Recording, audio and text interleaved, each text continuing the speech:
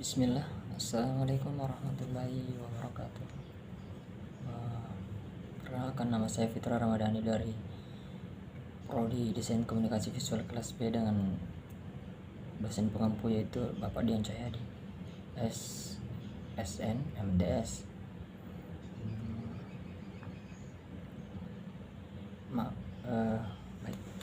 Baiklah, pada kesempatan kali ini saya akan membawakan kembali materi yang telah dibawakan oleh Bapak Dian Cahyadi sebelumnya, yaitu pada pertemuan 11 mengenai materi metode pengujian dalam metodologi desain. Baik, langsung saja. Metode pengujian desain adalah bagian penting dalam proses pengembangan produk atau sistem pengujian produk atau sistem. Pengujian dilakukan untuk memastikan bahwa solusi desain berfungsi dengan benar dan memiliki persyaratan teknis yang telah ditetapkan. Prinsip-prinsip dasar dalam pengujian desain merupakan bagian penting dalam proses desain. Pengujian desain yang dilakukan untuk mengambil evaluasi kinerja dan efektivitas solusi yang telah dirancang dan dikembangkan dalam pengujian solusi desain.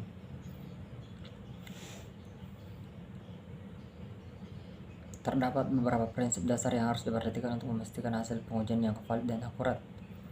Yang pertama itu definisi pengujian harus jelas dan terdefinisi dengan baik sebelum pengujian dilakukan. Kemudian yang kedua itu identifikasi pengguna. Identifikasi pengguna solusi desain harus diidentifikasi dengan jelas sebelum pengujian dilakukan. Kemudian ketiga adalah penggunaan metode pengujian yang tepat. Metode pengujian yang tepat harus dipilih untuk memastikan hasil pengujian akurat dan valid. Kemudian yang keempat adalah pemilihan partisipan yang tepat. Partisipan dalam pengujian harus dipilih dengan hati-hati untuk memastikan hasil pengujian yang akurat dan relevan. Dan yang terakhir adalah pengukuran hasil yang tepat. Hasil pengujian harus diukur dengan metode yang tepat untuk memastikan akumulasi dan validasi.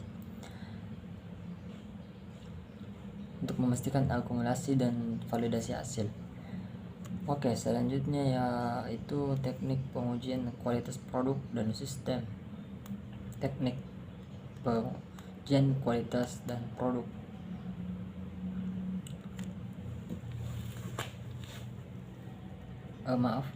Selanjutnya adalah teknik pengujian kualitas produk dan sistem.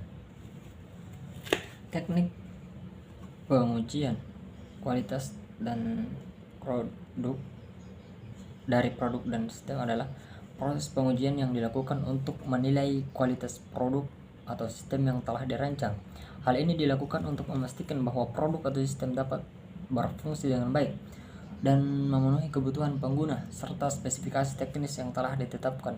Ada beberapa teknik pengujian kualitas produk dan sistem yang dapat digunakan, ialah black box starting.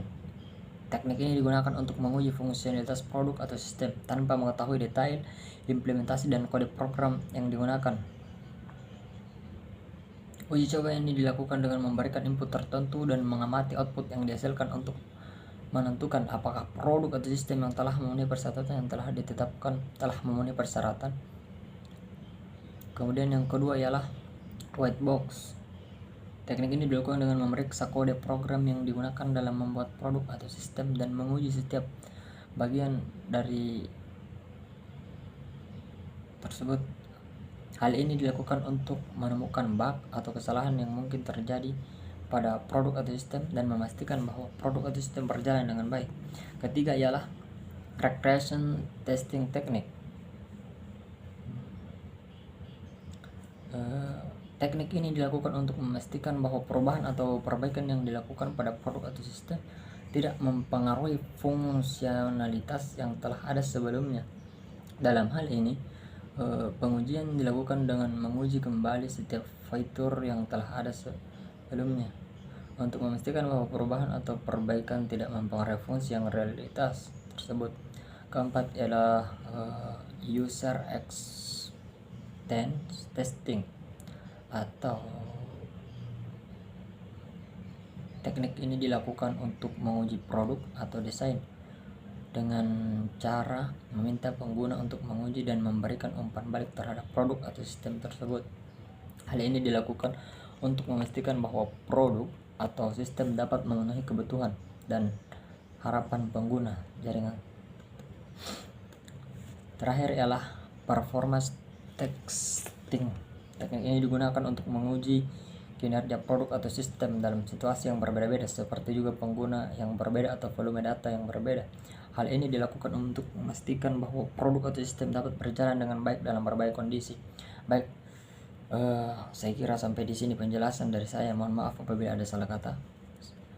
Wabillahi taufiq wal hidayah. Wassalamualaikum warahmatullahi wabarakatuh.